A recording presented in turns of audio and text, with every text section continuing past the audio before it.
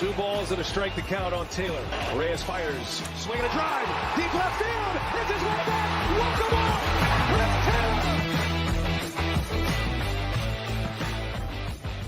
What's up, everybody? Welcome into DodgerHeads Live, presented by DodgerBlue.com, part of the Medium Large Sports Media Company. We are glad you are here with us on a Sunday night. My name is Jeff Spiegel, joined tonight by Matthew Moreno. Matt, welcome. Happy Sunday to you. Happy holiday season. I know the next week and a half, we're hitting a couple of the big ones on the calendar. So how you holding up over there? Good. Christmas shopping done early. The true headache for me is wrapping gifts. I'm not good at it at all. So I got that out of the way early as well. So it's just been coasting into this week now and, ready to enjoy the holiday. And then, the new year will be here. And I know I mentioned it on, I don't know if it was last week or the week before, but before we know it, then spring training will be here. It'll be another baseball season. And it's exciting on one hand, but then also on the other side of that coin is there's still a lot, I think, for the Dodgers to do, and we're going to get into a bunch of that tonight. So should be an interesting few weeks, I think, ahead. Yeah, speaking of wrapping presents, by the way, Instagram finally proved itself to be useful. I saw this thing where somebody pointed out that if you just rotate like the thing you want to wrap like 45 degrees so that it's not like, everything's not even, but you're almost folding diagonally. It's like a total hack on folding. Do you know what I'm talking about? I'd never seen this before. I don't, but maybe I'll test that next year. Fortunately, my wife understands that it's more of the thought of and the effort of trying to do it than it actually like presenting well, because my wrapping skills are terrible. I'm humbly good at a lot of things. That is not one of them, and I happily admit it.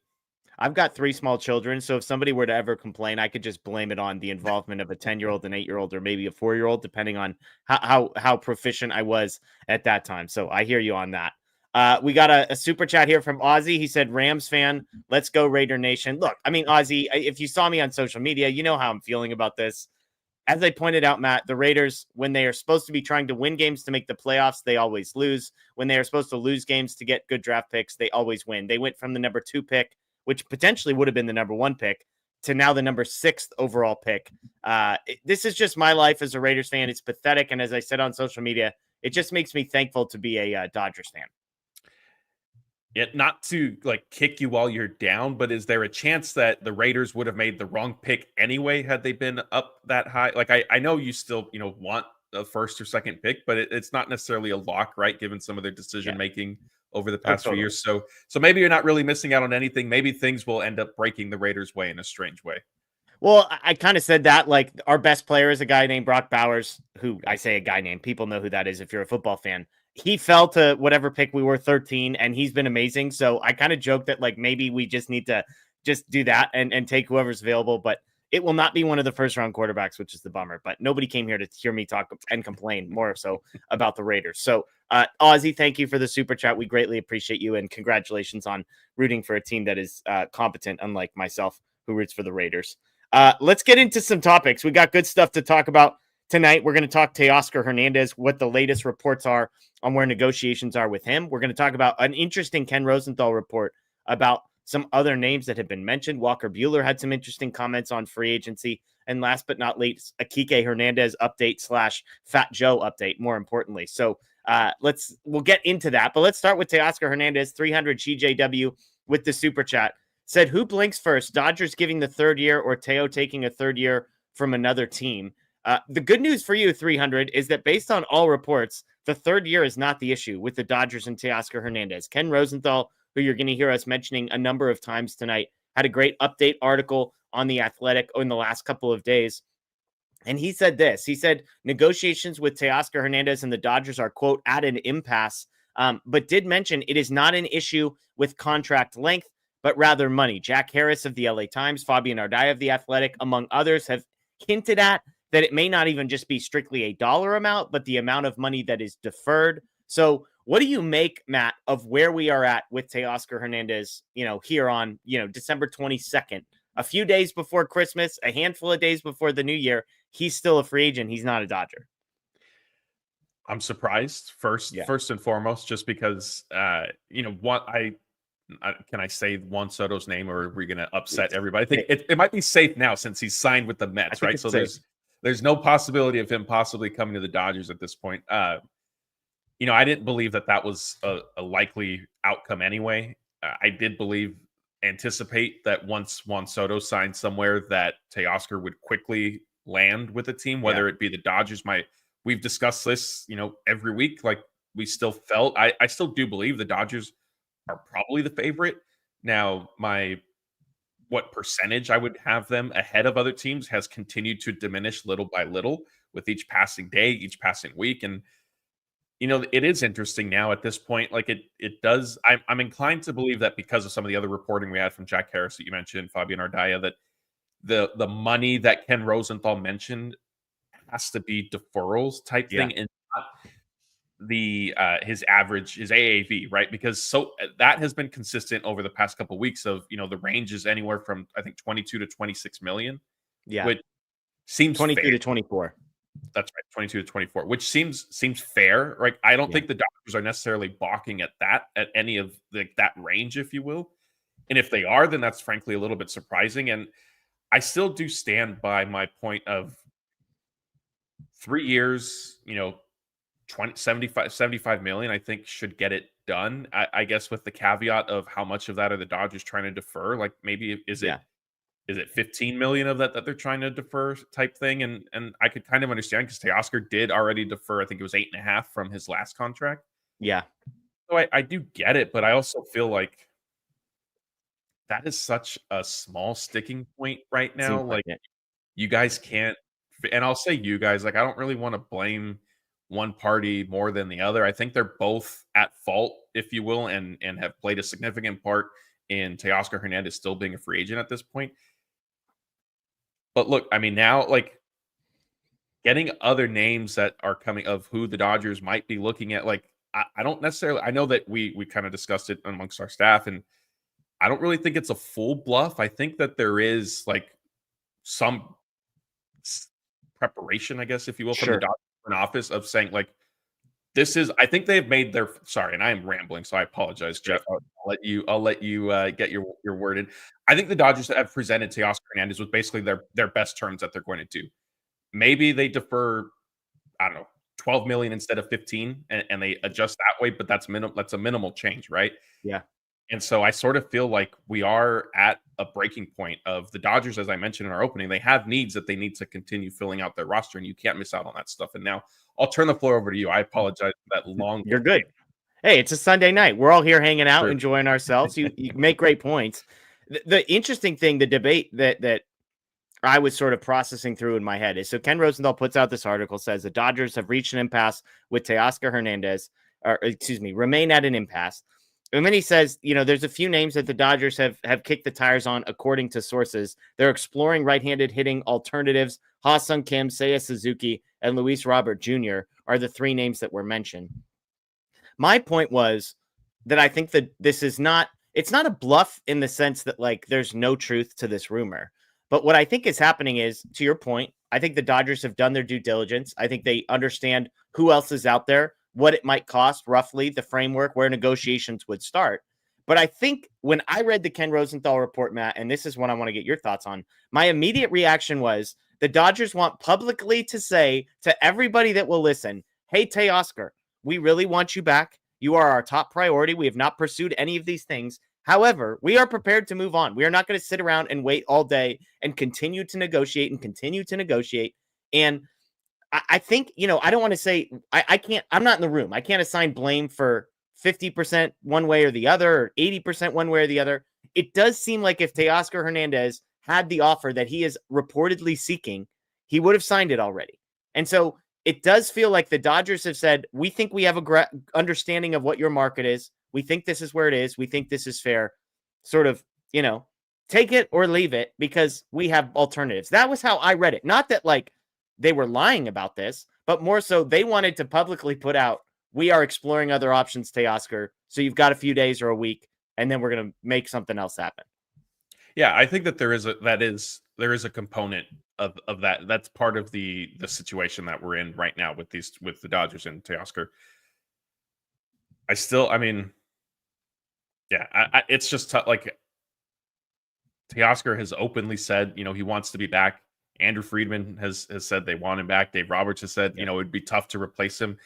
And it's just interesting because Andrew Friedman is also the same person who has said, typically when both sides want the same thing, like that's a very good starting point in free agency. And you had that in this case. And, if Teoscar Hernandez was pushing for a fourth year or maybe an AAV closer to 30 million type thing, like I would understand some hesitancy from the Dodgers. But like I said, for me, how I view it at this point is if you guys are agreeing on 3 years, if you're pretty much agreeing, it seems like on the AAV, and again, I'm assuming that the money that Ken Rosenthal alluded to, the money issue he alluded to, is with the deferrals and not necessarily that the Dodgers are trying to, pay him anywhere from 18 to 20 million a year instead of the 22 to 24. Now, if they're trying to do that, not that all bets are off, but I could be a little bit more understanding to Teoscar Hernandez if he's saying, no, like, this is my value. I mean, look at the year I just had for you on the 21 and a, $21.5 million contract or whatever it was. Like,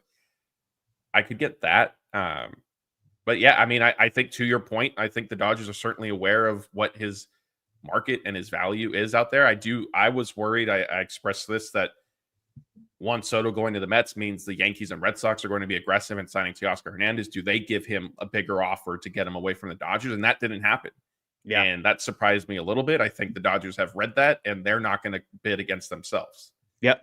That's exactly it. I think the Dodgers view themselves in a position of, we're not going to bid against ourselves. We don't think you have the offer out there that you're seeking. We're not at this point. That Friedman's probably looking at Teo's agent and saying, I don't think we're matching another offer that you have. I think you're asking us to increase the best offer that you're currently sitting on. And that's where things stand. Now, I know people say, why are we getting greedy? Why are we pinching pennies here? Just go out and pay Teoscar.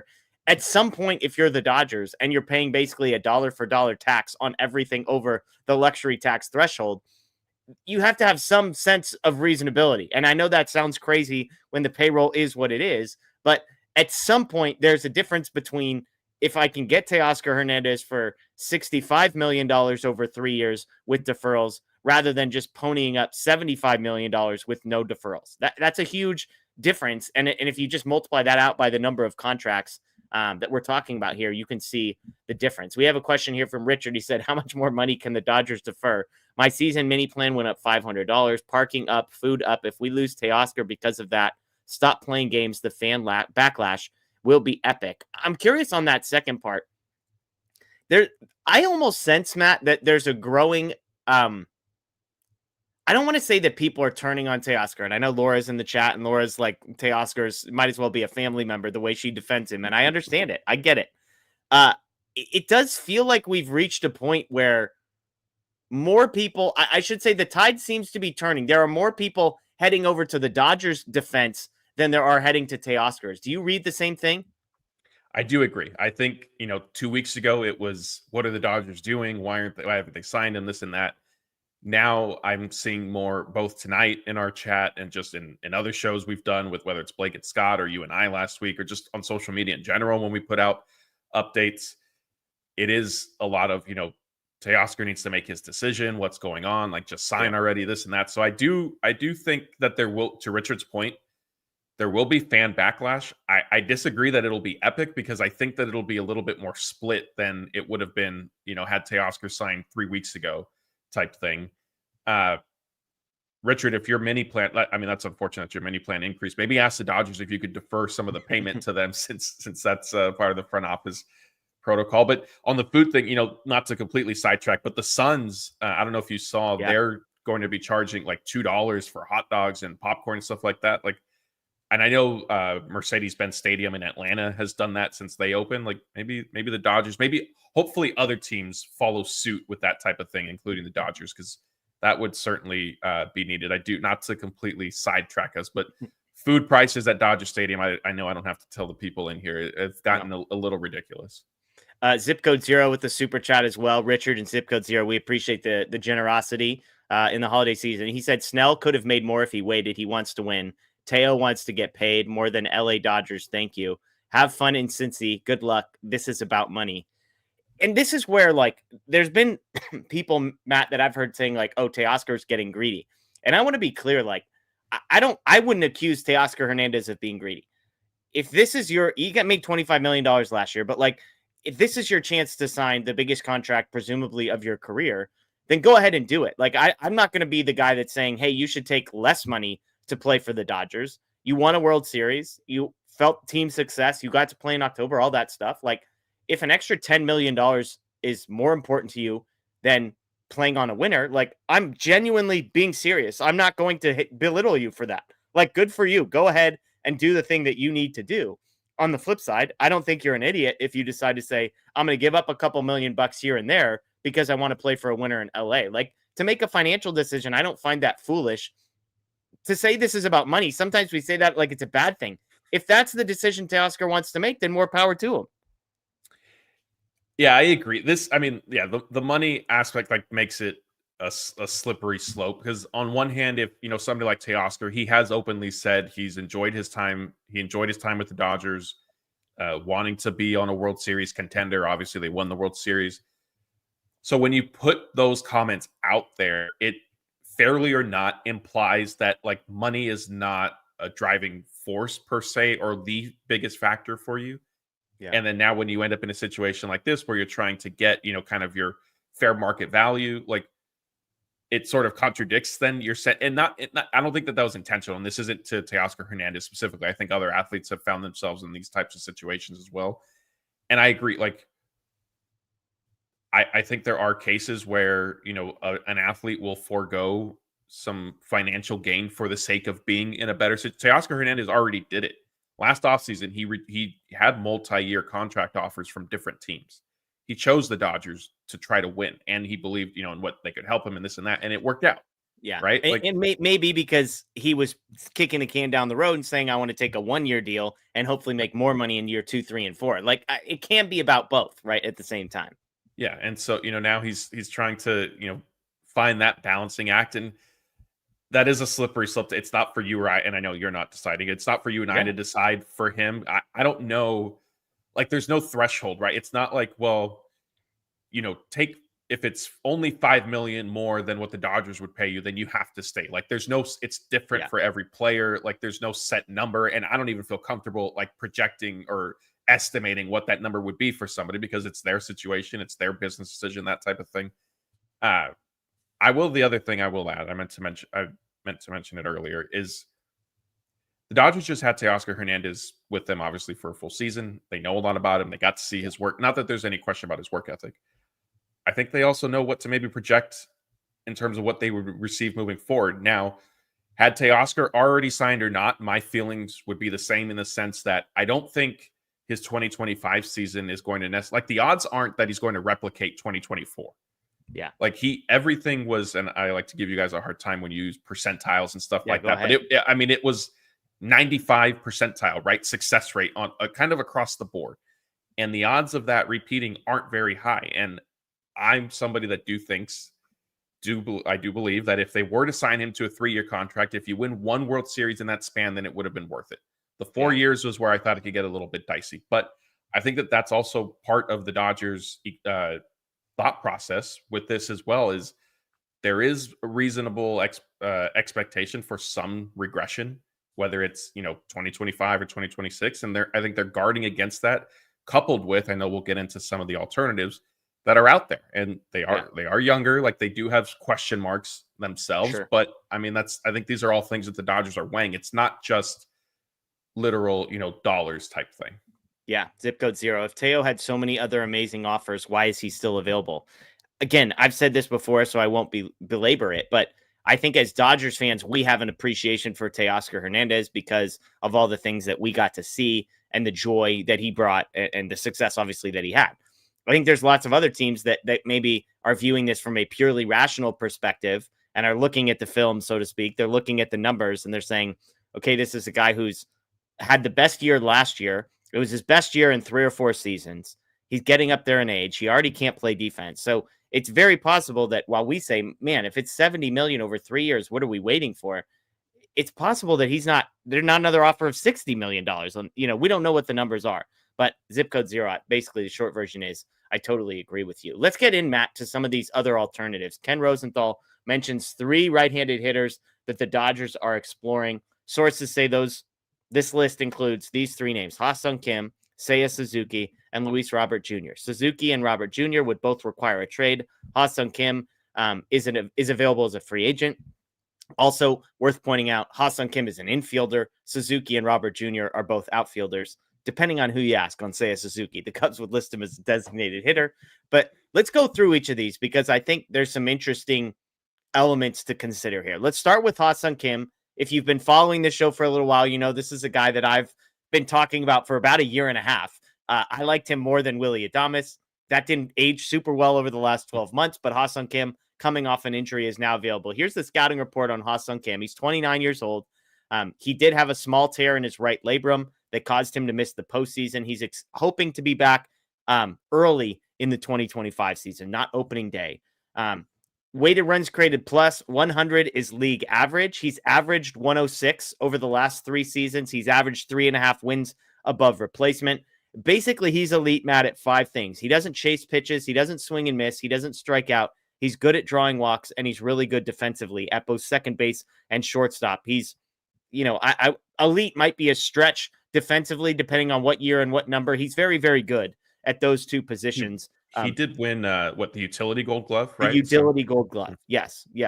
So even at his worst, 2024, he was still a 2.5 win above replacement player. So basically you're looking at an average offensive player, a great defensive one. And as I read this, as I'm digging into his numbers, Matt, this is, I teased on social media a comp that was interesting.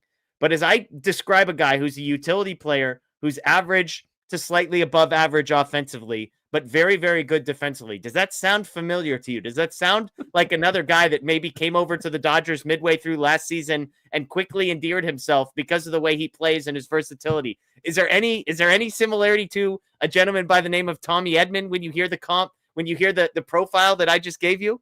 I thought maybe we were going Chase Utley, but Tommy Edman is another good choice. Same age. Kim, I would say, is a slightly better offensive player over the last 3 or 4 seasons than Tommy Edman. Tommy Edman has averaged a 99 weighted runs created plus over the last 3 years. Both are high-level defensive players. I would say Tommy Edman maybe a slight edge, although I would say Ha-Seong Kim is a better infielder than Tommy Edman is. MLB trade rumors projected 1 year, $12 million, the contract for Kim. Athletic, 1 year, $10 million. But when I read this, again, the Dodgers need a shortstop. He's 29 years old. He's been consistently above average offensively. And again, when you read, if you go read stories about Ha-Seong Kim, it's the same type of language and terminology that I was reading about Tommy Edman. He plays the game hard. People like the passion that he plays with, etc. So I'm not saying this is a perfect fit, but I find Ha-Seong Kim interesting. The more I read about him, the more I wonder, man, whether it's on a 1-year deal or maybe the Dodgers just get creative and, if there's not a ton of interest because of the shoulder injury, can you get a 3-year deal with a lower AAV or some club options or something? So option number 1 is Ha-Seong Kim. Doesn't solve the outfield problem necessarily, but I find him compelling. Yeah, I think on a short-term contract, I could be talked into Kim. What worries me with that is it wouldn't necessarily, it would create a lot of other questions, right? And not that those are problems per se, but if you sign Ha-Seong Kim, I assume you probably... Zip Code Zero said if they get Kim, he goes to shortstop, and does Gavin Lux stay? I think is one of the questions that you probably were about to ask, right? Right. So, we've heard from the Dodgers that Mookie Betts has spent this offseason so far preparing for his move to shortstop. Yeah. I don't know if the Dodgers want to go back to Mookie Betts and say, hey, actually, we're going to keep you in the outfield and or second base. Second base, I think, would be an easier sell. But then this sort of then ties into, I think, your argument as to why the Dodgers, Gavin Lux, as much as people have been trying to trade him, all year long, if you only sign Ha-Seong Kim for 1 or 2 years, potentially, and obviously if it's a 1-year deal, you could certainly re-sign him next year for long term. I get that, but kind of guaranteed stuff. If it's only 1 or 2 years and you plug him in at shortstop, does Mookie Betts go back to the outfield after he's spent, like I said, the offseason so far preparing for shortstop? Does he go to second base and then you trade Gavin Lux, but then once Ha-Seong Kim is a free agent, then you have another hole at shortstop? And maybe the Dodgers do decide, let's just kick that can down the road, try to win a World Series in 2025, and we figure out the rest later. Okay, I could see that. But it would create, I think, kind of looking ahead, what does it mean? And I know that that's not something that the fans want to necessarily hear, because it is about, this season and this season Yeah. only. And I get that, but that is, something that Andrew Friedman has often mentioned in the sense of payroll flexibility and stuff like that. So I could be talked into Ha-Seong Kim. I just worry about the fit and what it would kind of mean for the roster construction and the outlook sort of moving forward. And I would worry, honestly, if they were to do that, my preference would be just put Mookie back in the outfield. Yeah. Because then if you sign Ha-Seong Kim, you move Mookie Betts to shortstop. Let's say you trade Gavin Lux, unless, perhaps it is for Suzuki or at least Robert Jr. But if you don't acquire an outfielder, a starting caliber outfielder after that, you have a hole in your roster, in my opinion.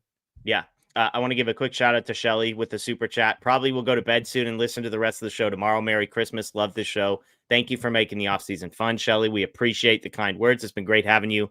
I know for the postseason run, at least. So Merry Christmas to you. Hopefully you haven't gone to bed yet. Hopefully you got to hear this in real time. But if you're hearing it the day after, so be it. So we appreciate you. But yeah, I think it's a fair question. And signing Ha-Seong Kim, on one hand, it kind of gives you an answer to one problem long-term, which is, what's the plan at shortstop? He might be a one-year solution, but again, I'm kind of envisioning, is there a way to get a team option or a third year or something that gives you the flexibility if this works out? Hey, we took a risk on you, but if it works out, like we're going to get the Chris Taylor deal, which is maybe a bad comp in 2024, but like Max Muncy deal. How about the Max Muncy deal, where if you do come back, then actually years 3 and 4 are actually going to be really good for us, whereas 1 and 2 were kind of beneficial to you. But about Gavin Lux, like it solves. Okay, so now what? I'm with you. Put Mookie in the outfield. It seems like the Dodgers are really hesitant to do that. Would they go out of their way to sign a free agent, knowing that they would have to go to Mookie Betts and say, we need you to go to the outfield because we just signed Ha-Seong Kim? And he's like, well, you didn't have to sign Ha-Seong Kim. You could have not signed Ha-Seong Kim, and I could play the outfield or the infield. That's option one. So that's option one. Option two, Seiya Suzuki. Suzuki is 30 years old. He's got 2 years and $36 million remaining on his deal. He does have a no trade clause. It's worth pointing out. The Cubs are planning on playing him at DH based on the recent trade for Kyle Tucker. Reports are that Suzuki is not really thrilled about the idea of playing the DH. And yet the Cubs, reports say, are not eager to trade him either. So a little bit of a standstill, although who knows if the Cubs would make him available. His weighted runs created plus the last 3 seasons have gone up every 10 points every single year. 118, 128, 138. Home runs have gone up every single year. He's been super consistent. The last 2 years, basically the exact same slash line, a 280 batting average, 360 on base, 480 slug. When I look at Seiya Suzuki, Matt, it's hard to argue that at worst, he isn't a push with Teoscar Hernandez. Although I think you can make a pretty compelling case he's probably an upgrade. Even looking at Teoscar's last season, which, again, I'm not saying is an outlier. It was his best of the last 3. Suzuki basically has the same, if not better, numbers across the board. He doesn't chase nearly as much, and he walks quite a bit more than Teoscar Hernandez. Defensively, there's a reason he's being moved to designated hitter, but as I say that out loud, let me point out, he graded out better than Teoscar Hernandez did defensively last year, has a much better arm. So range is not a strength of his, although, it's better than Teoscar, but at least his arm is good to very good. So the downside to Suzuki, the biggest downside is the obvious one, though, Matt. You have to trade for him. So it's going to cost you something to go and get Seiya Suzuki. So when you hear that profile as an alternative to just signing Teoscar Hernandez or signing Ha-Seong Kim, give me your thoughts on Seiya Suzuki. Yeah, I think this is probably the avenue that I would pursue the most aggressively. Obviously, if the Cubs say, it's like, here's our long list of demands, meet it or else, then okay, you pack it up. But Suzuki also does have a no trade clause, so he certainly has a lot of say in this. Yeah. Another interesting, I think, wrinkle to this is he's represented by Joel Wolfe, if I'm not mistaken, who represents Yamamoto and Roki Sasaki. So, there could be some the Dodgers are busy in the are heavily invested in the Joel Wolfe industry. Yeah, I mean, I think this fits the roster certainly much better than Ha-Seong Kim. You get Suzuki. I think the Cubs were primarily playing him in right field, right? Let me double check. Let me double check on that. In an ideal world, because of some of his defensive deficiencies, you could put him in left field and let Andy Pages play right field. but at the 72 very games least, in right. Yeah, yes, 72 games so in right, 59 at DH, 1 in left. yeah, so that's kind of the downside there. Is that the bulk of his experience is coming right field, just because historically, right, baseball has told us you want a strong defender out in right field, Or but at this least an is arm. right. This is the one that I think I would try if I'm the Dodgers to make happen. Yeah. Yeah. And look, the advantage, it sucks to trade for him. The advantage is he's getting $18 million a year and not, let's say, 24, which is the number that Teoscar's reportedly asking for.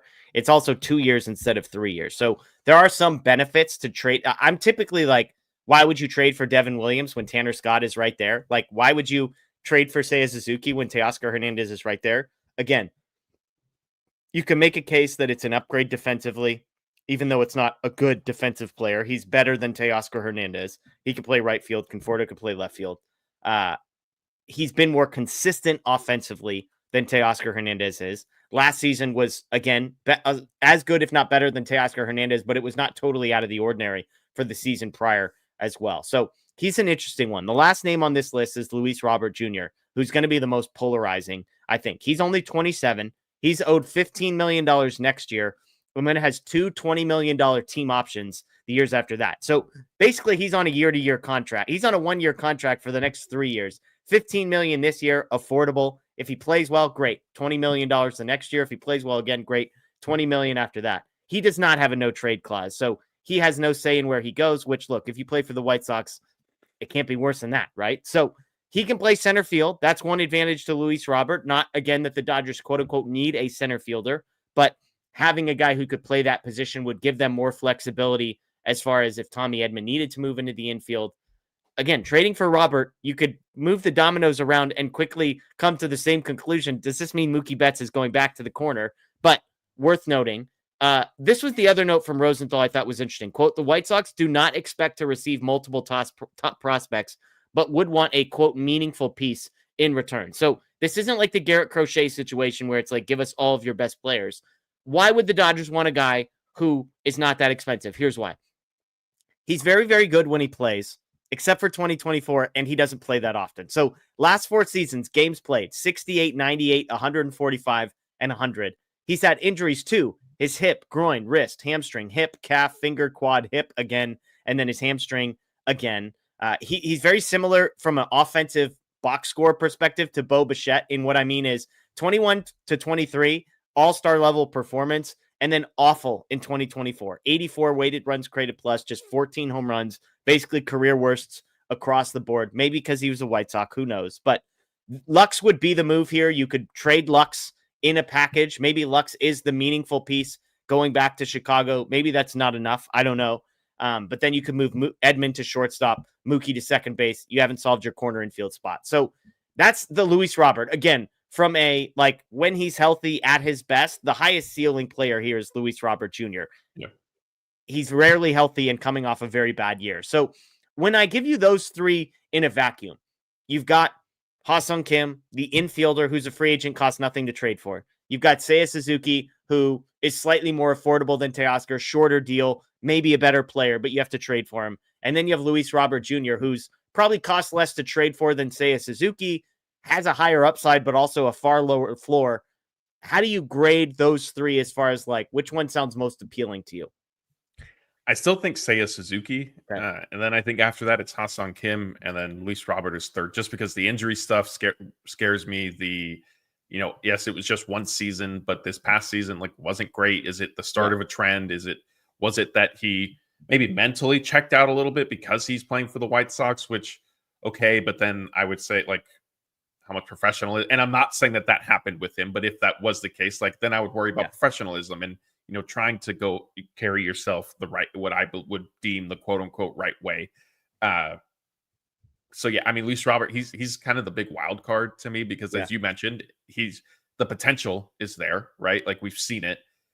What changes the most compelling aspect to Luis Robert, a potential Luis Robert trade, is Ken Rosenthal reporting that they have, like, what their asking price sort of is, because up until now, like, it had been high, whether he was going to be packaged with Garrett Crochet or just on his own. The White Sox were set, to be wanting a significant return. Yeah. So if you could potentially get him for a relatively minimal cost, then maybe you try it, and if not, you figure out, okay, it didn't work for this year. As you mentioned, he's basically on a year-to-year contract. You decline the option and you send him on his way. The Dodgers do have a 40-man roster crunch anyway. Like, they have more prospects than they have space for on their team looking ahead. So if maybe Diego Cartaya reunites with Miguel Vargas out in Chicago, right? Maybe James Outman is, not that he would be the significant piece, but maybe you do give them, a little bit more. I mean, and again, Gavin Lux is probably getting moved in that trade because, again, it probably moves Edman to the infield. So but is it Gavin Lux and Diego Cartaya? Like, does that get the job done? Is it Gavin Lux, Diego Cartaya, and James Outman? I mean, like, again, I think you could probably get away with Gavin Lux and a couple guys toward the back end of our 40-man roster that we wouldn't necessarily be eager to move, but it wouldn't hurt us that bad to see them gone either. Yeah, I agree. And so, if at that price, like, maybe you do consider it. But yeah, I still think that for me, Luis Robert is third on that list among the three players we discussed. And is Teoscar one? Like, is looking at the alternatives, like, is it still Teoscar, sign him to the free agent deal? I mean, one thing that's worth pointing out, if Teoscar were to leave, the Dodgers would be receiving back a pick because he's a qualifying offer guy. So when I say, like, well, it costs something to get Seiya Suzuki, it costs nothing to get Teoscar. Reality is the opportunity cost is if Teoscar leaves, I think you get like a 4th round pick back because of where they are in the competitive balance luxury tax situation. So I think it's a 4th round pick back, but then you've got to trade other pieces for Seiya Suzuki. And so the value going out for Suzuki would be far more. But my point is, you're not comparing it to zero. So comparing Suzuki, trading for Suzuki, knowing that would be, again, a much more costly package than the one we just mentioned with Gavin Lux. How does that compare to just giving Teoscar what he wants? I still would sign Teoscar Hernandez to a 3-year, $75-ish million contract. That, I think, should still be the first choice. And it's not just a matter of the cost, but I think there's also the clubhouse chemistry component in how well he fit with his teammates and assimilated in LA and with the fans. Like, there is value to that. And I think I was on with Scott early in the offseason of saying, look, like, I think the Dodgers are in an interesting position of, as a World Series champion, you want to, keep the guys that sort of help get you there, that worked, but also you need to find a way to get better because other teams are gunning for you. Blake Snell made them better. Roki Sasaki, if he signs, will make them better. So I think they have done enough there. They obviously brought Blake Trinan back already. They added Michael Conforto, who can, hopefully maybe give. I know Brandon Gomes said they don't view him as a strict platoon guy, and Blake and Scott have outlined some reasons why he could start on a regular basis. I think you've hit on a lot of that stuff too. So fine, like, he could, make their outfield depth, because I mean, it wasn't all that long ago that the Dodgers had no bench, no depth. Like, it was dire. So, they have taken steps to get better there. So I think from that standpoint, you can re-sign Teoscar Hernandez, who I think can still be plenty productive, even if he doesn't meet what we saw in 2024. Yeah, I'm with you. I think there's value in knowing how a guy performs in the environment, right? Like, it's easy to just assume, well, if a guy did this in Chicago, then he's going to do this in LA. But we've seen time and time again that sometimes a guy gets better, sometimes a guy gets worse, and sometimes there isn't really a great explanation for why that is. Some guys like the pressure, some guys don't like the pressure. Sometimes, have the ability to be coached and other guys don't. And so for me, Teoscar is, like, far and away my top priority on this list. Depending on the cost, Suzuki, I find compelling for all the reasons you do. And again, I like Ha-Seong Kim as well. And the interesting thing about Ha-Seong Kim is that move isn't necessarily excluding you from doing any of the other things that we're talking about. So if you can find, like, if the Dodgers were able to find a package for Gavin Lux, a la Michael Busch, where you're actually just trading Gavin Lux off the 40-man roster for 2 guys that aren't on the 40-man roster and then signing Ha-Seong Kim to a contract, again, maybe it's, a 2-year, $22 million deal, and the second year is a team option or something like that. Well, now you've got the 2 years of control you had on Gavin Lux, you now have on a player who plays a more formidable position in shortstop. And it's just trading one thing for another, opening up a spot here, that kind of thing. So that's how I would rank it. I would have Teoscar far and away number 1, Suzuki and Ha-Seong Kim are like 2A and 2B. And then Luis Robert Jr., for what the Dodgers have a need right now, I don't think they have the they have the need for, hey, like, give me the high ceiling, terrible, no floor guy. That's why I like Ha-Seong Kim. Like, he's not going to win you, like, he's not going to win a Silver Slugger, but if you're giving me a guy who's going to be a slightly above average offensive player and a great defender at 2 key positions up the middle, there's value in that. So let's get to, go ahead real quick, and then we got Super last thing. Sorry, I think if Luis Robert Jr. was a through and through right fielder, yeah, then that would change my, like, I would say, hey, just take that chance on the smaller cost. If it works out, great. You exercise the team option. You have him for another year. If it doesn't, well, not every trade pans out. Yeah. Well, I mean, the one thing I'll say is if the guy is playing center field, I can't imagine, like, that feels like it's easier to move from center to right than it is from right to center. Fair. But I mean, I don't want to assume that that's something that he would just be able to do. If it would just be cleaner for me if he was like a true, right fielder and you were trying to complete that trade. Okay, let's get to some super chats. Zip code 0. Where is Anthony Santander in this ranking for you? Again, he has not, I mean, he's been mentioned. He wasn't mentioned in the specific Ken Rosenthal. We've talked about him previously. Again, he comes with the benefit of being a free agent, although I believe he did receive the qualifying offer. So it would cost the Dodgers a draft pick to go ahead and sign him. But where does he rank in your mind compared to, obviously, Teoscar's 1? Like, is Santander below Suzuki or above Suzuki? Probably below, just because I'm not sure. Although I'm a little surprised that he hasn't signed either. I thought, and I don't think I'm alone in saying Santander and Teoscar that the markets were expected to really move quickly after Juan Soto came off the board. So I guess with the caveat of who knows what a contract might need to look like for him, but under the assumption that it needed to be pretty substantial, like, I don't know if it would be worth it. Yeah. I'd rather go with Suzuki. I just feel like I've got a longer track record with Seiya Suzuki. A 2-year deal for $36 million compared to Santander's looking for like 5 years and 100 plus.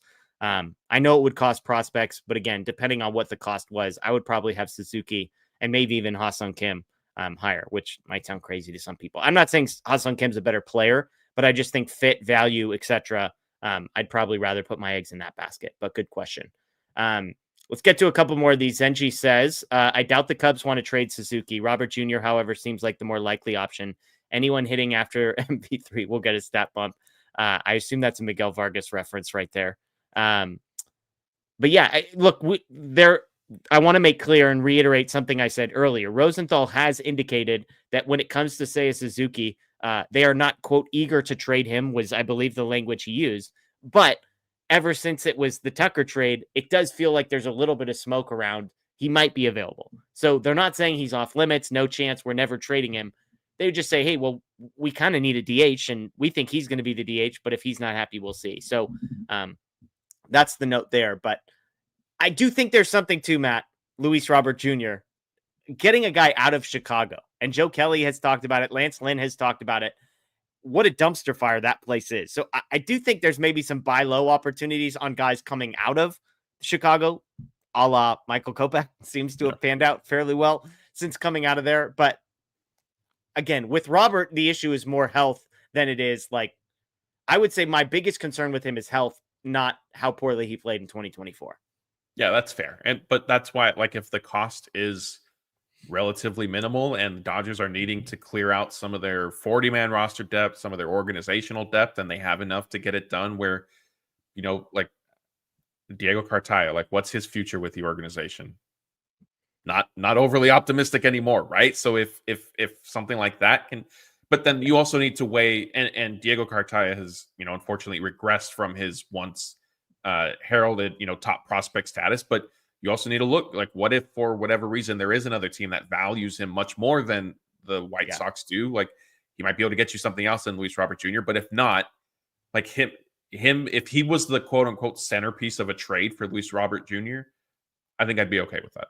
Yeah, totally. And I think we've sadly moved far and far away from him being the centerpiece of any meaningful trade. And I know they say, like, they want not a top prospect, but sadly, I think he's well off of, I think he's like a nice secondary piece. Like, if you're giving somebody a B+ guy with your first, and then you sweeten it with, hey, let me give you this lottery ticket who's at AAA, and you tweak a couple things and a couple things go right, you might have a guy who's Salvador Perez 2.0. 300 says this: my wish, re-sign Teo, sign Kim, move Betts to second, trade Lux, sign Tanner Scott, and hope for Sasaki. That's all. That's all his wish list, Matt. I mean, look, if you're going to ask Santa for something, I'm good with this. You know how I feel about Gavin Lux. I would not like to trade Lux. I'm not sure keeping Lux makes any sense if you're signing Teo and Ha-Seong Kim. But other than trading Gavin Lux, I'm in for all of this. Yeah, I mean, I could see that, but also if you, like you said, if you sign Ha-Seong Kim, then Lux is going somewhere at some point. Yeah. Who knows? Sad. I don't want to get there. I gotta hold my Gavin Lux stock even longer. Mike says Phillies trade for Luzardo. They're the number 17 farm system in MLB. We have the number 5 system. Trade for Lawrence Butler from the A's, even Reynolds or Buxton. On the Luzardo note, I've got a cousin who's a huge Marlins fan. He was depressed when Jesus Luzardo was traded. Not that he expected anything different from this organization. I was surprised. He was surprised. The people I talked to were all surprised at how small the cost was for Luzardo. Now, I understand the health concerns. I understand we're maybe a little ways removed from when Jesus Luzardo was at his peak, but it was basically one guy who's ranked in like the 80s, top 100, and then like their number 23 overall prospect. So it was not a high cost. Should the Dodgers have been in on Jesus Luzardo if that was the cost? That was my first thought, but I think they're reluctant because they need to see the Sasaki thing through. And as much as we're coming off a season where they literally ran out of starting pitchers, like you can't end up with too many of these established starters, and you're running a 7-man, 8-man rotation right out of the gate. Like that, there's no way that that's going to work. And so I think that they just, that I know that they were rumored as being interested in Luzardo. I don't know I think last trade deadline last year in 2023, maybe even 2022, I forget. But yeah, it just seems like that possibility. They have other things that they're kind of focusing on right now. Yeah, it's true. C-Ras says, if Teo helps win one more ring, it's worth the third year. Yeah, Matt and I totally agree. And again, to be clear, the Rosenthal report is suggesting that the third year is not what's up for debate. It's just a matter of dollar number. So I suppose maybe it is the third year. Maybe the Dodgers are like, great, we'll give you 25 a year for year 1, 25 in year 2, but then year 3, we want to give you 15. Like maybe the third year is sort of more up for debate, but could not agree more. It's like when the Lakers traded for Anthony Davis, you could say whatever you want. They won a title, and that was all worth it after that. So there you go. Blue Tree says chemistry proven clutch in the playoffs equals Hernandez bros. We're going to get to Kiké here in a little bit. But again, this is what I'm talking about when you've already seen it. You know how he responds in a World Series run. You know how he responds in a lineup with high expectations. You know how he fits in your clubhouse. That's why Teoscar for me is option 1A. Yeah, I agree with all that. And I definitely agree with Blue Tree here on this on Kiké Hernandez as well. I know I kept texting you guys, last May saying Kiké is around for October. It doesn't matter what he's doing right now. And sure enough, he needed a quick visit to the optometrist, but then he got that in place. And then October came around and we saw what he lives for, basically. Yeah, it's true. Zip code 0 with another one says, just wait for Murakami next year. Google Jeff. He's a stud. I do need to do more Googling. What I do know is he's one of the best players in Japan. He will be posted next year, I believe, is the expectation. 2025 will be his final season in the NPB. So he's a slugger, a lefty, won the MVP in 21 and 22. So set the single season home run record. So that's what we've got. Is it third baseman? I believe or is so. He first base? I believe third base. Okay. So that's the Max Muncy replacement. That's why they're not trading for Nolan Arenado, because they're going to keep Muncy around and then they'll get Murakami. There you go. Somebody correct me if I'm wrong, and if he's a first baseman, I could. Yeah, they're saying there. There we go. Sometimes it's like there's so many. I'm like I feel like I read third base. So there we go. So too.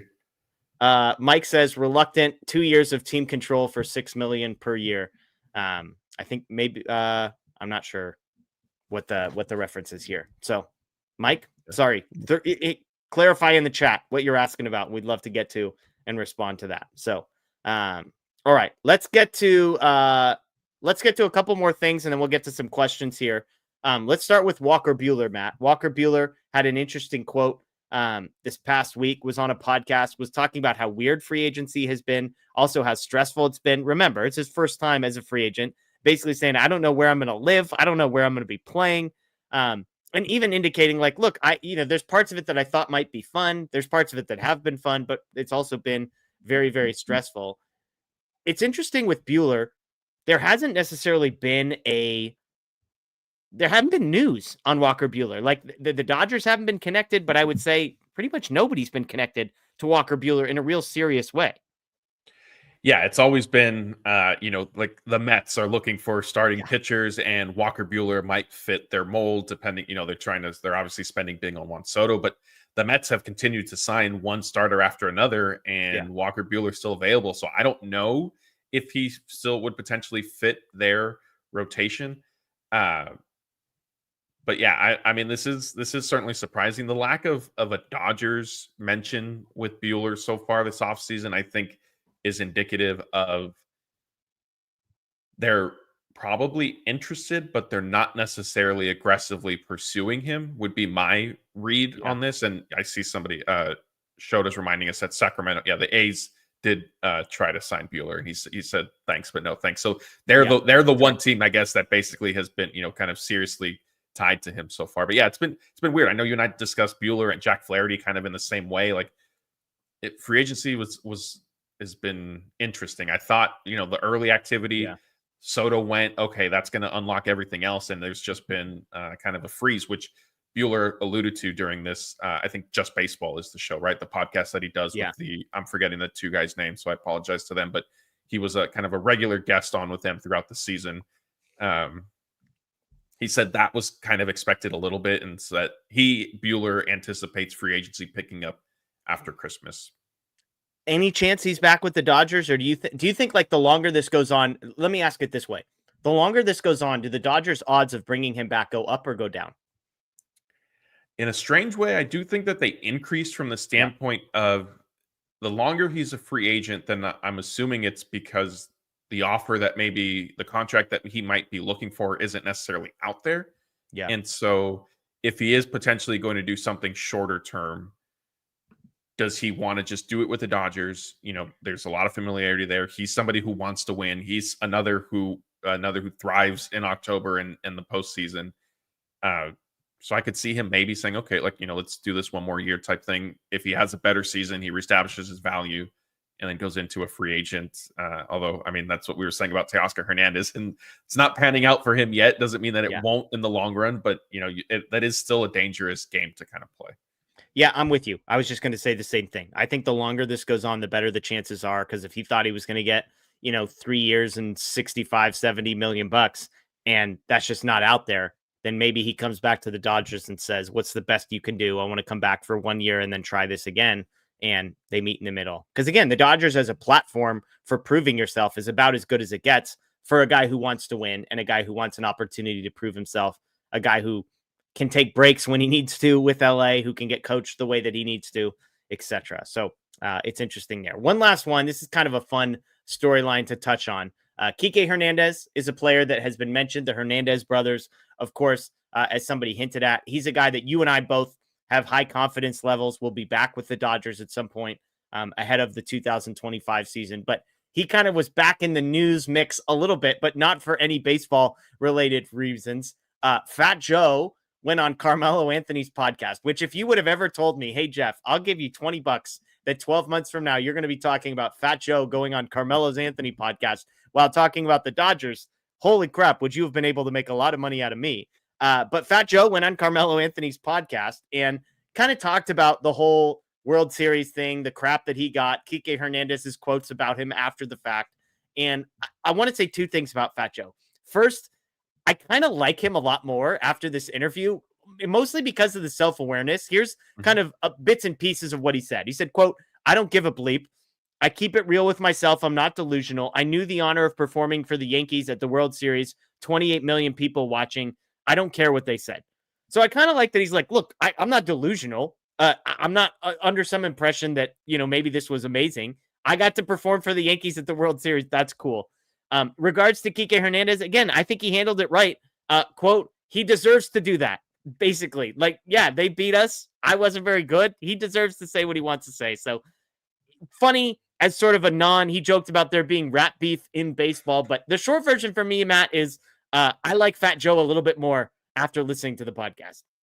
Yeah, his stance and relatively modest response to everything surprised me.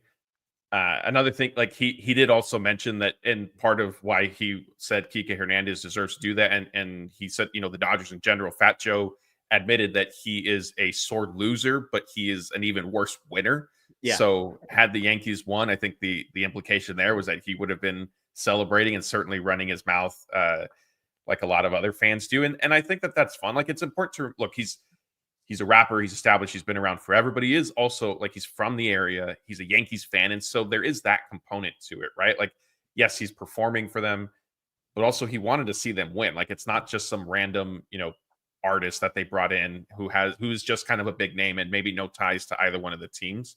Yeah. I think the other thing too that I do want to clarify, not that I've seen people really confusing it in our show, but I have seen mentions on, I think Max Muncy might have alluded to the possibility. Like, unfortunately, the Dodgers also had, at least some of them had the perception that the Yankees had Fat Joe perform only because Ice Cube did for the Dodgers before Game 2.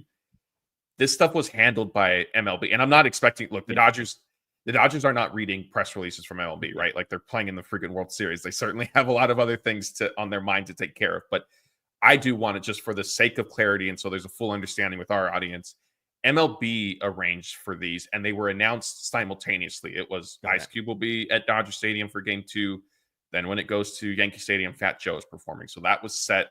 That was predetermined. It wasn't like the Yankees were sitting there, you know, at Dodger Stadium. Matt, come on. Why are you ruining my storyline? I like the idea that, like, they saw how cool Ice Cube was, and they were like, hey, who can we get? Rihanna? Nope. She said no. Jay-Z? No, he's out also. All right. We have 6 hours. Is Fat Joe available? I mean, I guess just call Fat Joe.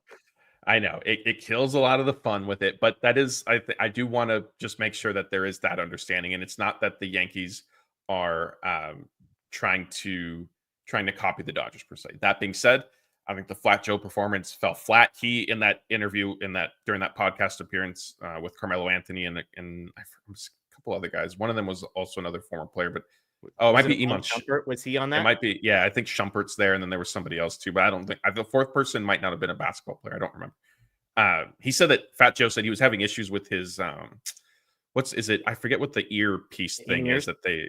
Yeah, like there was some issue with that, and so that's why the sound sounded kind of off. But I think there is a general acceptance that his performance did not compare to Ice Cube's. But yeah, I mean, I'm with you. I was surprised by his openness and his basically, you know, tipping his cap to the Dodgers and Kiké Hernandez. And I'm glad that didn't become like some huge crazy thing. And, you know, everybody can kind of laugh about it. When we were at the Raising Cane's event that Kiké did a couple weeks ago, he was asked about if he had heard from Fat Joe. He said, no, he hadn't. But, you know, it does seem like it was all in fun. And Kiké's criticism / jokes at Fat Joe's expense, I think we also need to recognize, came the day the Dodgers had been celebrating, and Kiké Hernandez was enjoying himself that day. There were some beverages consumed, people saying things that maybe they wouldn't.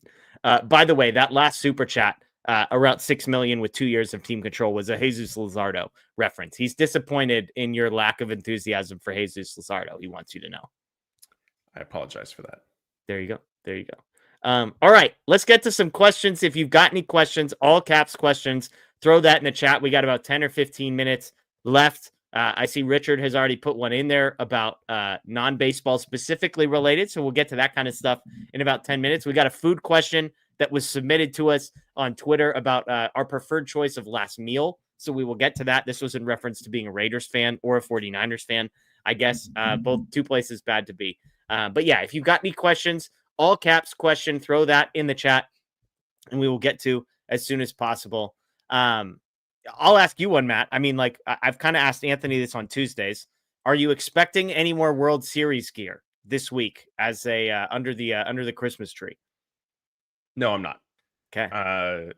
I don't think, like, I didn't really get a whole lot.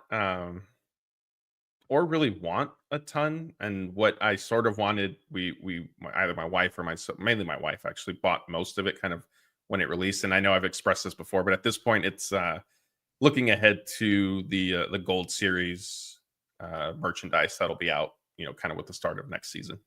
There you go. There you go. I like What it. about are you expecting anything Dodgers related? My mom seems like the type of person that might have gotten a couple things. She was the one like in 2020, I got like a pint glass. I believe I got an ornament. So like kind of knickknacks like that is kind of what I'm expecting. There wasn't anything specific added to my list. I think I hinted at this, but my last thing that I purchased was the Daily News after game 1 with Freddie Freeman on the front. So that's what we've got. Again, there's a story there why it's the Daily News and not the LA Times, but we won't get into this. I do have to say one thing. I was joking with Scott about this. I'm not an Instagram guy, have not been an Instagram guy, but I've started to be on Instagram for not a personal account. It's a longer story, but all the ads still pop up. And obviously there's Dodger stuff that pops up from time to time because the world is watching. So there was some Instagram hat that came across and I was like, oh, that's a cool hat. And I was like, oh, that's also a cool hat. Same company, super cheap. I'm like, well, I mean, look, it has a reputable brand right there. So I click, I buy. It turns out to be totally fake. This stuff. So I ordered this mat on like over a month ago. I think December 18th is maybe when I placed the order. It was 5 to 7 day shipping. It's December 22nd. So I'm tracking this thing from China and it's like, it's got to come over and then customs, whatever. Like 10 days ago, it gets into my zip code, which is not a very big place. 6 days ago, it leaves the sorting center. That's the last update I got. So I'm joking with Scott the whole time. I'm like, dude, I got totally hosed and I'm going to lose money on this. Well, today it shows up, it says, quote, delivered. And then I email them. I'm like, hey, it says delivered. It's not delivered. They're like, oh, sorry. There's not a ton we can do about that. I'm like, freaking A. I got just absolutely hosed on an Instagram purchase. So there was maybe going to be a couple more hats coming, but unlikely to be appearing. They were like, no, we can send you new ones. I'm like, just give me my freaking money back. That's what I want in this point. Maybe they were delivered and your wife took them and is wrapping them and they will be under your tree. Maybe. Definitely an option. Maybe slightly greater than 0% chance. So there you go. Let's see. Pete says possible 3-way trade with the Cardinals and Blue Jays, Arenado and Bichette coming to LA, Lux, CT3, Gonsolin, minor leaguer leaving out. Let's just do these individually. Nolan Arenado, interested or not interested? Not really. I mean, I'm not as like, if the Dodgers did it, I would kind of be like, okay, well, I think the possibility, the quote unquote need would become greater if Teoscar Hernandez is not re-signed, because I do think that they need some sort of right-handed hitter. Now, if Nolan Arenado is the bat that you want to, stake your confidence in, that can obviously be debated. I know the majority of our staff is like adamant and absolutely not. If they did it, I would kind of think like, okay, like this could work. Yeah. I'm out on Arenado. I just doesn't fit. And the numbers are terrifying. The age is terrifying. The bat speed is terrifying. Where are you at on Bo Bichette? Daniel and I did a video. We're both high on Bo Bichette. I shouldn't say high. I know there was a downturn last year. I would be very interested in going out and acquiring Bo Bichette, even at a reduced price, even given the struggles last year, is my take. Where are you at? At the right price, maybe, but the injury, similar to Luis Robert, the injury stuff concerns me.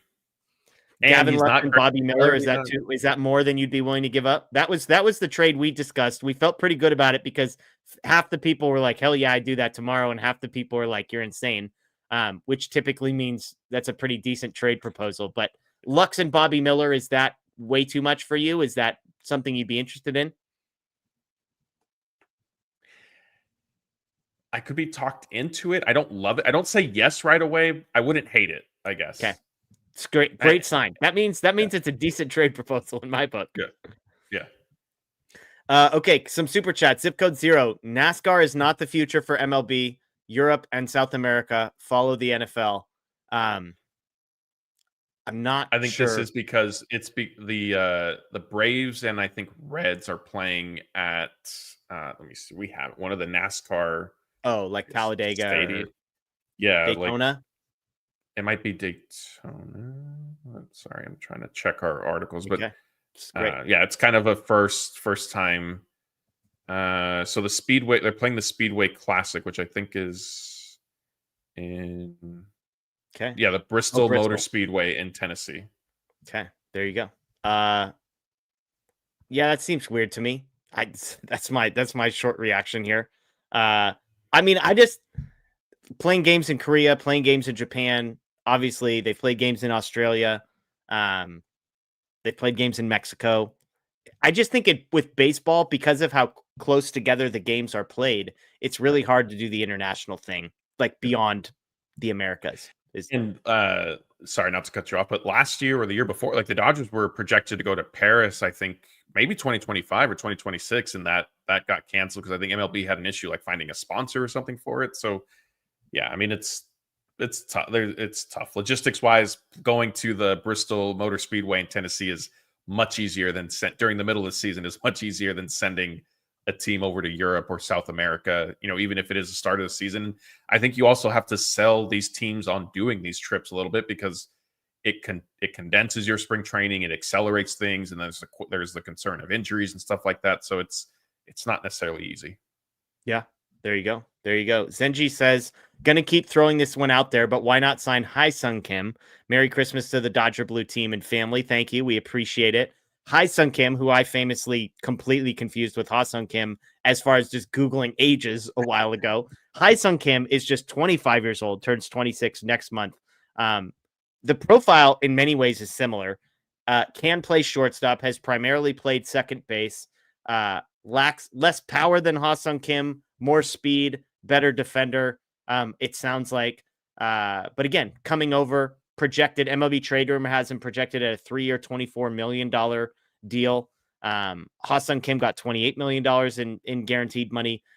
Again, the tricky part here is if you're signing a guy to play second base or shortstop, they need to be a dramatic enough upgrade over Gavin Lux, or you have to have a deal for Gavin Lux in which you are then getting the upgrade over Gavin Lux in a corner outfield spot would be my just immediate gut reaction. Yeah, that's fair. And maybe this will be a niche reference, but remember, was it the Grizzlies and Suns that like had miscommunication on what type of play? Well, I mean, I guess I could go back to the Dodgers and Astros. Like there was, what player was, I forget the names, but they were asking about, Dodgers thought they were asking about a different Alvarez and not Yordan Alvarez. And then that whole fiasco. Maybe Ken Rosenthal got the Ha-Seong Kim mixed up. Maybe. And this is the one that the Dodgers are actually interested in. Who knows? Yeah, who knows? Who knows? All right, let's get to a couple more super chats here. Lewis asked, is Cartaya really a valuable prospect at this point? My guess is the Dodgers are desperately hoping that they can keep him for one more year on the 40-man roster, that he started to improve in various places. Like the bat was carrying him, then he improved as a defender, but the bat fell apart. So if he can put together some form of a positive season at AAA, then maybe. But as of right now, he's probably not going to be included in a trade just because he's going to be a hard guy for the Dodgers and somebody else to come to terms on an agreement on what he's worth. Amanda says, how can we squeeze both an outfielder and a relief pitcher onto the 40-man?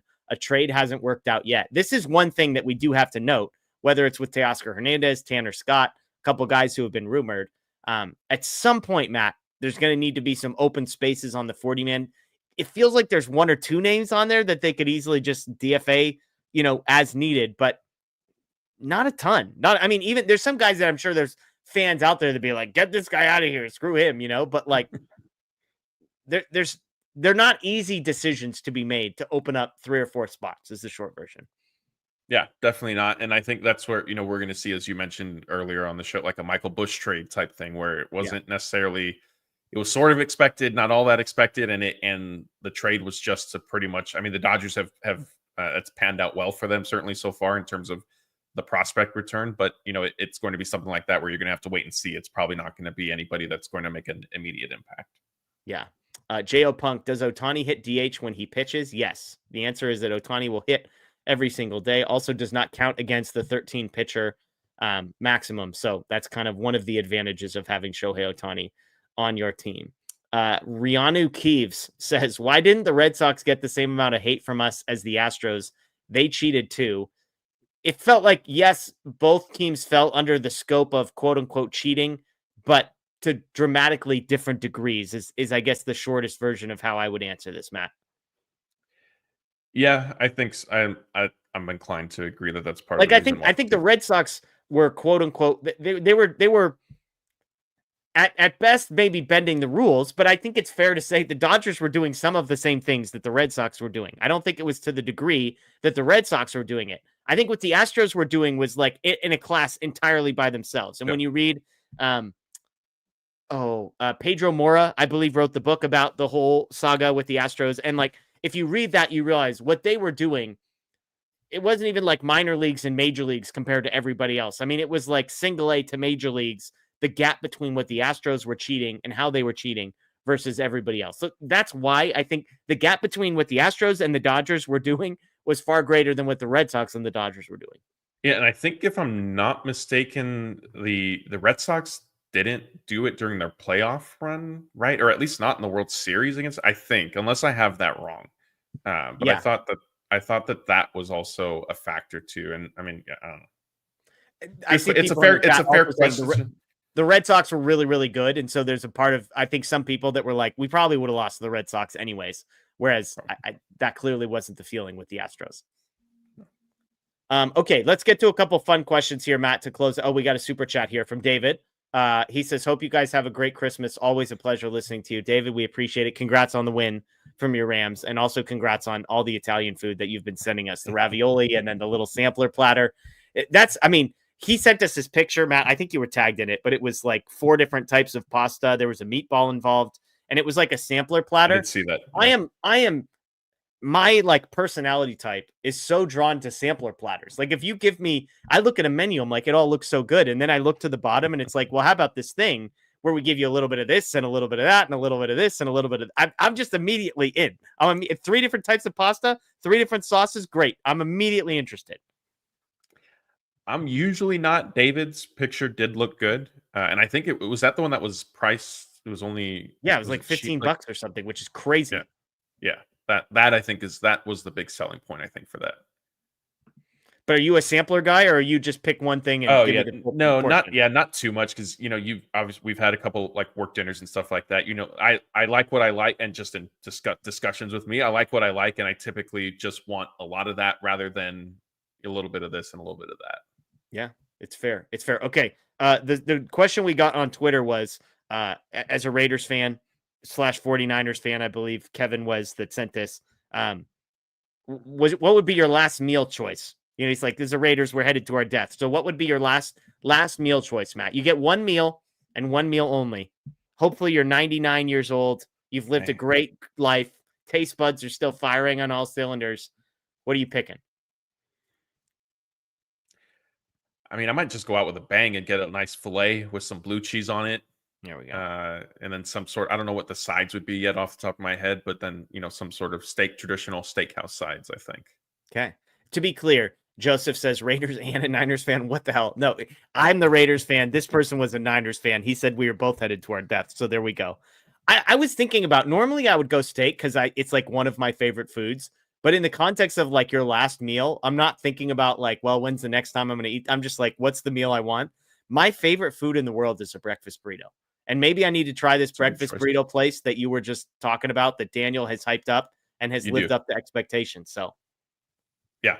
Lucky Boy in Pasadena. You definitely, because I was a little worried, and I did tell Dan, I think we might have all been in it. And I said, yeah, fettuccine's, I mean, maybe that would be, I do like fettuccine is one of my favorite things. So that would certainly be on the list. But yes, Lucky Boy was very good. And I remember giving Daniel a hard time saying, your legacy is on the line here with how much it's been hyped up, and you're telling me that it's really good. So it did live up to the billing. Like I said, my one complaint was their ranch wasn't great. Salsa was okay, but the actual like breakfast burrito definitely. Wait, did you say their ranch? Yeah. What was the ranch dressing doing near a breakfast burrito? Well, I got a side of fries. We shared a side of fries, but also I think I told you guys, it's like I pour a little bit on there. Wow. I'm a ranch on everything guy. I can say with a straight face, I've never put ranch on a breakfast burrito. You're missing out. Okay. I mean, look, I like ranch, so I'm not going to, again, to quote my daughter, I'm not going to yuck somebody else's yum, but that's interesting. And yes, Lucky Boy in Pasadena, Victor. That's the place, right? And I'm seeing, yes, Ryan sorry that he went and was disappointed. So I Wow. apologize. Well, we could blame it on Daniel. That's Blame Daniel's Daniel fault. at not D me. Starkin on Twitter. Yeah, there you go. There you go.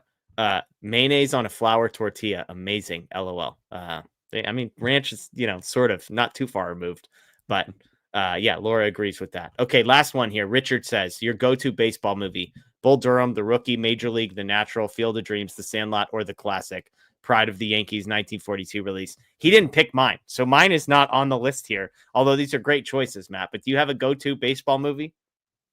I don't, but from this list, I'll say Sandlot. Okay. Sandlot's great. I would say from this list, probably agreed.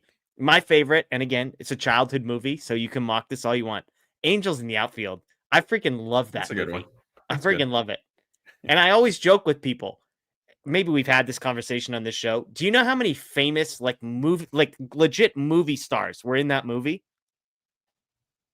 I don't remember. If Okay. I would have to So go the back main and watch kid. it. Do you know who the main kid? What the actor who played the main kid? Isn't it the same one from Ferris Bueller's Day Off? No, it's a guy by the name of Joseph Gordon-Levitt, who then Oh, became super famous as an. He's in a movie called like 500 Days of Summer with Zoe Deschanel. He was in a bunch of stuff, but he was in the. I thought you were going with the Dark Knight Rises reference for Joseph Gordon-Levitt. was he in that? Yeah, he was like a cop in it. Oh, okay. Oh, he's in the movie too, Gotham or the show. I mean, I haven't I think watched he's that in yet. that. I Anyways, haven't. Yeah. but oh, Moneyball's another good one I see. Matthew McConaughey's an outfielder in Angels in the Outfield. Adrian Brody's an outfielder. He goes on to win Best Actor. He wins the Oscar for Best Actor later. You've obviously got Tony Danza and Danny Glover as well. And then I'm blanking on his name, but the crazy pitcher is a guy you would recognize well. So crazy, Oh yeah, crazy isn't? stuff. Oh no, I almost said Charlie Sheen. I was getting it mixed up with. Yeah, that's another one. Yeah. That's another great movie. And Christopher Lloyd. Christopher Lloyd's the angel in that one as well. So we've got some, and then Neil McDonough. Neil McDonough is the other guy. So crazy, just famous dudes everywhere in that movie. And somebody also said, I'm assuming they're maybe referencing the bird lady from Home Alone. Also, Yes, that's the grandma, Maggie Nelson, Brenda Fricker. So yes, again, nobody would know if I said Brenda Fricker, but the bird lady from Home Alone, absolutely. Yeah. On the subject of movies, as we close this show out, I kind of asked you sort of jokingly before we started, but is Die Hard a Christmas movie? Because I don't feel strongly one way or the other, but I did before we came on tonight. I was looking to see what was on TV, and they were showing it. So then I thought, I think it was TNT or TBS. Like they clearly believe that it is a Christmas movie, or they bought into that discourse and they're putting it on right now. Yeah, I'm like, my thing is the time of year Christmas like absolutely central to the storyline of the movie is how I answer yes or no. Like a movie like Home Alone in many ways is not a quote unquote Christmas movie other than the fact that like it's cold outside and they're traveling for the holidays. Like Christmas is not at the center, although like the New York version, they want it is. But Elf, obviously very related to the Christmas story. So, like I would probably lean but if somebody like was like, oh my gosh, yes, it's absolutely, I'm like, I'm not going to argue with you. Like, okay, sure. That's my take. So what you're saying is it's not like a true Christmas movie like Cool Runnings. Yeah. What makes Cool Runnings a Christmas movie? I think just that there's snow on the ground. Ice. Yes. I don't know if you knew this. There's other months of the year beside December that involve snow. I was not aware. So it's a Christmas movie in my eyes. Christmas Cool Runnings, by the way, I just introduced my girls to, and that movie freaking is awesome. So there you go. Hawaiian Kira says, what's a Christmas movie that is underrated? Cool Runnings. I watched, what'd you say? Cool Runnings. Cool Runnings. There you go. If it qualifies. Klaus, which is like an animated movie. I think maybe it's a Netflix one that came out a couple years ago. It's really good. I'm into that one. And then there's another one that my girls watched last year that was about like a toy maker, a toy inventor shop. I don't know. Somebody can correct me, but those are new ones. Yeah, somebody can remember the other one. Those are the ones like It's a Wonderful Life, White Christmas. Like I'm like, with all due respect, it's not my cup of tea personally. Yeah, and I am seeing people remind me that Joseph Gordon-Levitt was Robin in The Dark Knight Rises. I forgot, yes, that they do reveal that at the end. slipped my mind just because then nothing ever came of that. I thought maybe there would be a movie, but then did not. So. Jingle Jangle. Jingle Jangle's the movie that I was just thinking of. It's kind of a fun one. So there you go. Yeah, sorry, Laura. Jingle Jangle. For the record, I typed in Christmas movie toy inventor, and it's the very first one that came out. So I want to defend myself a little bit. But yeah, see, okay, Polar Express. I'm not a Polar Express the movie guy because the book is the classic. The book's the all-timer. And I understand trying to get 90 minutes out of like a 14-page kids book. You got to make some creative liberties, but yeah, that's my jam. So there you go. Yeah, okay. Polar Express animation creeps me out. There you go. Okay, and we've got people talking about Chris Taylor, so we've come full circle. All right. Thank you, everybody, for joining us. We appreciate you. Almost 3,000 people in here on a Sunday night. Thank you, thank you, thank you. One programming note: we will not be here on Christmas Eve for a live show. We will not be here on New Year's Eve for a live show. But other than that, our normal schedule will be the same. We will have content for you on Tuesday. It will just not be a live 7 p.m. show. So stay tuned for that. Scott and Blake will be back on Thursday night. Matt, potentially, we might be Thursday. We might go recorded too, so that might the 26th may be a little bit different as well. We'll let everybody know. Next Sunday, Matt and I will be here, and then after we get into January, we will be back for our normal Sunday, Tuesday, Thursday rhythm. And as always, if there's breaking news or content to cover, we'll have some live new, fresh content for you every single morning on the Dodger Blue YouTube page. So if you've made it this far and haven't already, please subscribe, ring the notification bell. If you're a podcast person, Apple, Spotify, Google, we'd greatly appreciate that. Check out DodgerBlue.com. Matt, Blake, Scott, Sebastian, tons of great content that's going up there every day. And if you're a social media person, Dodger Blue 1958 on social media everywhere. So that's what we got. Matt, am I missing anything?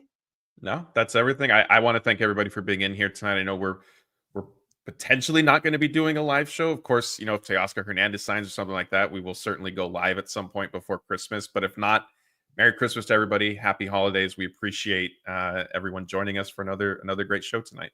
Absolutely. Absolutely. Enjoy the Christmas. Hopefully you get some time with friends, with family. And again, hopefully Teoscar Hernandez is figuratively under our trees at some point. That is Matt. I am Jeff, folks. Enjoy the rest of your night. And remember, still champs.